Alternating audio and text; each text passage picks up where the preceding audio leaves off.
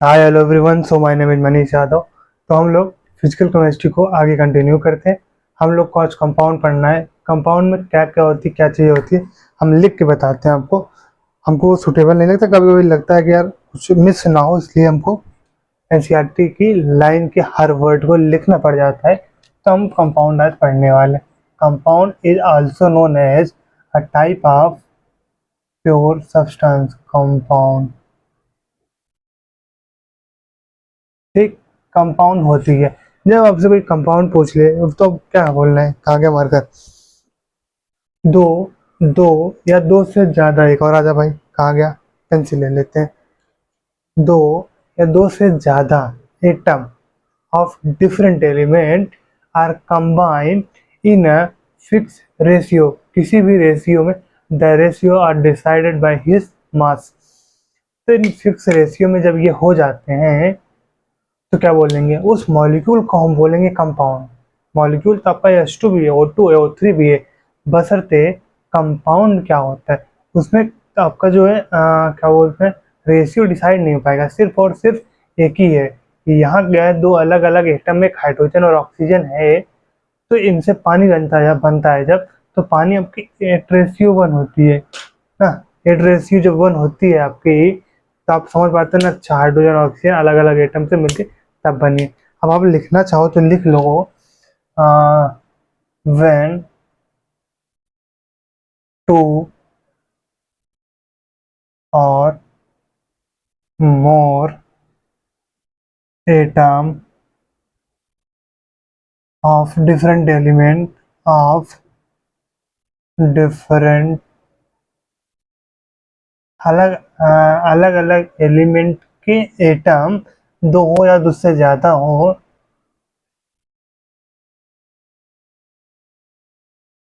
मैंने समझा दिया आपको। Elements are combined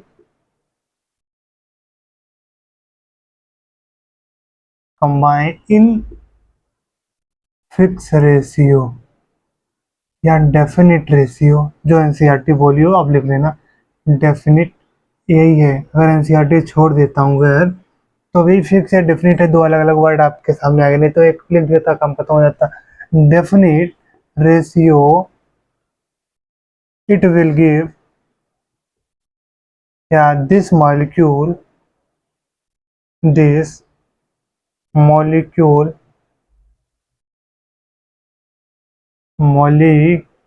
molecule is known as compound. Compound आपसे कुछ बोले ना, कोई अलग अलग एलिमेंट के एटम फिक्स हैं in a ratio, that is known as compound. अगर वो बोलने ना दे, क्या एक वर्ड में क्या बोलना है आपको, बोल देना कि atom in a fix ratio. नहीं, वर्ड एक वर्ड नहीं हुआ, बोलना आपको फिक्स रेशियो। तब आप पूछिएगा वो क्या, तब सोचना एक वर्ड में मैंने बताना था, मैंने बता दिया। जैसे कि देखो, लोग चाहते हैं मैं अगर बताऊंगा ये पूरी पूरी लाइन तो आपको समझ में आ जाएगी। जब दो या दो से ज़्यादा एटम डिफरेंट एलिमेंट के कंबाइन करते हैं आपस में, देन एक नया मॉलिक्यूल, एक नया फैमिली ईजाद करते हैं, उसे हम लोग बोलते हैं कंपाउंड। और वो जो मॉलिक्यूल होते हैं उनमें जो एटम होते हैं ना, वो फिक्स रेशियो होते हैं। लाइक दैट, अगर मैं H2O लेता हूँ एग्जाम्पल में, H2O दिख रहा है, आई होप कि दिख रही होगी और आपको वॉइस बहुत बेहतर और क्लियर में जा रही होगी। मैं यही आपसे आपसे नहीं, ये मोबाइल और माइक से भी उम्मीद करता हूँ। ये H2O है। H2O का जो रेशियो है, ये ratio are decided by mass. ये मेरे तरफ से आपको एक लाइन है। जैसे कि H2O अगर एक, देखो कल मैंने को आपको बतानी थी कि हाइड्रोजन में एक इलेक्ट्रॉन होती, सॉरी एक प्रोटॉन होती है, एक मास होती है इसकी। इसमें प्रोटॉन जो होती है आपको एक होती है, इलेक्ट्रॉन आपकी 1 होती है, और आपका इसमें न्यूट्रॉन जो होती है वो 0 होती है ये गलत बात है सर? देखिए आपको मैं बोल रहा हूँ सर, देखिए प्रोटॉन जो होता है आपका इससे डिसाइड होता है, ये जेड से नीचे से, और ये ऊपर वाला मास होता है ए होता है। और electron also known as same as proton when atom is uncharged. जब आपका एटम अनचार्ज होगा, बिना चार्ज का होगा, बिना, आपके ऊपर कर्जा नहीं है, हम नॉर्मल जी रहे हैं, तो आपकी जो ये रखी हुई है पैसे, वो आपके निकालने और उड़ाने के बराबर होगी। लेकिन हाँ, अगर आप प्लस या माइनस में हैं तो अब वो नहीं होगा। उस चीज़ को, जितने आपके पास पैसे पड़े हुए हैं, वो आप पहले देंगे किसी का या पहले लेंगे किसी से, तो जाके आप फिर उड़ाने के लायक काबिल होंगे। वही हाल यहाँ पे। और ये न्यूट्रॉन है, न्यूट्रॉन आती कैसी है, और मोड़िया माइनस जडरा, मोड़िया माइनस पैरवा, यानी कि माथा माइनस पैर, ये माथा और ये पैर माइनस न्यूट्रॉन होती है। ए क्या है, 1 है, जेड क्या है, 1 है, आपका न्यूट्रॉन क्या आया, 0। क्या आपको क्लियरिटी आ गई? आई होप कि आ गई होगी। और अगर नहीं आई है तो क्यों नहीं आई है, इस बात का हमको जवाब चाहिए। इसमें कोई भी डेरिवेशन की ज़रूरत नहीं थी। ठीक, आगे बढ़े। अब जैसे कि वहाँ एक मास है, एक हाइड्रोजन का एक मास होता है, दो हाइड्रोजन का दो मास होता है। अब ऑक्सीजन ले लेते हैं, और एक ऑक्सीजन का मास कितना होता है, इसका ये प्रोटॉन होता है, ऑक्सीजन का ये 8 होता है, और ये 16 होता है। ये आपका जेड है और ये आपका ए है। ए आपका मास नंबर होता है, कभी भी आपका ये मास ही नंबर होगा, कभी कभी ये मास नहीं होगा। क्यों? क्योंकि मास जो होता है ऑक्सीजन का, मैं बता दूं अगर, वो होता है कुछ 15.9999। मास इसका होता है कुछ 15.99999। 3 बार है। अच्छा भाई, हाँ हो गया। ये आपका मास होता है ऑक्सीजन का, बट मास नंबर अप्रॉक्स हम लोग 16 लेके चलते हैं। जब आपका यहाँ जाना है तो आप क्या कहोगे, ये 16, सॉरी सॉरी, इसको 16 कर देंगे। ऐसा कोई नंबर उठाओ, आप इन दोनों को डिवीजन कर दो। ये दो उठाते हैं, मैं 2 इकाई 2 कर देते हैं, गलत। हाँ, फिर ये रेशियो, और 2 अट्ठे में, यानी कि 8:1 या 1:8। जिस हिसाब से आप देखोगे उस हिसाब से रेशियो आने वाली है। ये आपका ऑक्सीजन है। ये आपका देखो क्या था, एक कंपाउंड था, एक मॉलिक्यूल था। ये उसका क्या है, कॉन्स्टिट्यूएंट पार्टिकल, कॉन्स्टिट्यूएंट पार्टिकल। ये मैं कई दिन से पढ़ाते आया रहा हूँ। शायद किसी बच्चे को आज भी मेरे सामने जो पढ़ने वाला हो, वो तो यही कहलाएगा। खैर, निकल जाती है मुँह से तो कोई बड़ी बात नहीं है। देखो, ये इसी को मैं बोल सकता हूँ फंडामेंटल पार्टिकल, फंडामेंटल पार्टिकल। मैं कल बैठ के आपकी क्लास लेने के बाद मैं सोच भी रहा था कि अगर मैं cell is the cell is the structure base, cell is the structural, जो भी वो basic structural fundamental unit of life, अगर मैं इन चीज़ों से मिला के यहाँ पे लेके आऊँ, कोई भी एटम है, एटम और molecule is the basic basic structural and functional unit of chemistry कर दे तो कैसा रहेगा? क्यों आप ऐसा बोल रहे हो? क्योंकि एटम ही या मॉलिक्यूल आपका बेसिक होने वाला है। एटम ही आपका मॉलिक्यूल, एटम हो या मॉलिक्यूल हो, ये आपके कभी कभी एकदम बेसिक कॉन्स्टिट्यूएंट पार्टिकल बनने वाले हैं। ऐसा कब हो रहा है पता नहीं, जब आएगा तो बताऊंगा।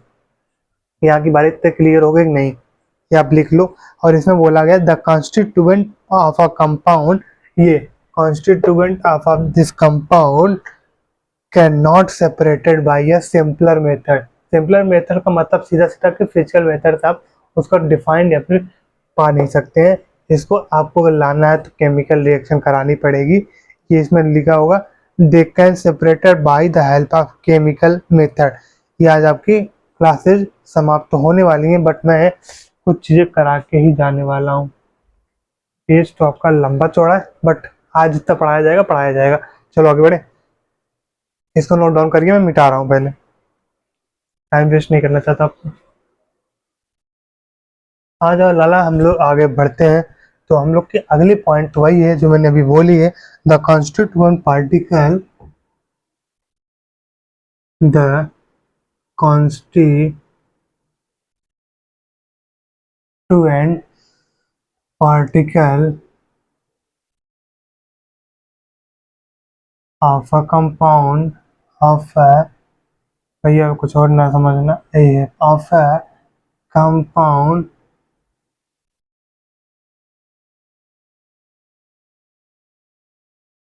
Can not be separated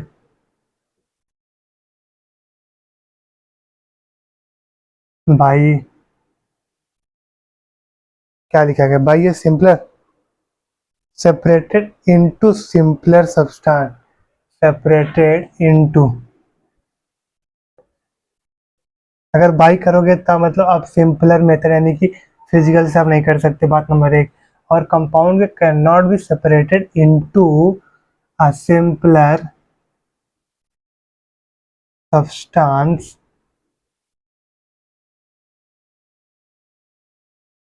simpler substance आप इसको सेपरेट नहीं कर सकते हैं by physical method, by physical method. मैंने पहले भी आपको बोला फिजिकल मेथड से आप इसको सेपरेट नहीं कर सकते हैं। बात नंबर दो भी मैंने इसको समझा दिया था। अगर एक कंपाउंड है यानी कि H2O का ले लेते हैं, इसकी कॉन्स्टिट्यूएंट पार्टिकल H और O है और O और AH है। इसका मास 16 है, इसका मास 2 है, तो 16:2 हो गया। 16:2 भी अपने आप में एक 8 रेशियो एक ही बनता है, तो ये आपको ध्यान रहनी चाहिए। बट अगली पॉइंट में हम चलते हैं। The constituent particle of a compound, इस कंपाउंड का constituent particle are cannot be separated into a simpler substance. Simpler substance मैंने पहले ही बताया, कोई भी एक नॉर्मल हिस्सा होता है। जैसे मैंने कल भी नोचा था एक गत्ते को कि अगर ये कंपाउंड है, ये एक बड़ा सब्सटेंस है, अगर इसमें से मैं एक टुकड़ा तोड़ लेता हूँ, ये जो आपको शायद ना दिख रहा हो, ये रहा, गिर गया नीचे। तो आप यहाँ नहीं कर सकते हो, फिजिकल मेथड से नहीं कर सकते हो। लिंक करना अगर चाहते हो तो आपका केमिकल मेथड से हो सकता है। क्या हुआ, simpler substance by the method यानी कि by physical method, by the help of physical method करो या बाई फिजिकल मेथड करो, आपकी इच्छा। देखो अगली लाइन लिखते हैं हम लोग, they can separated by, they are या they can, they are separated, separated by chemical method.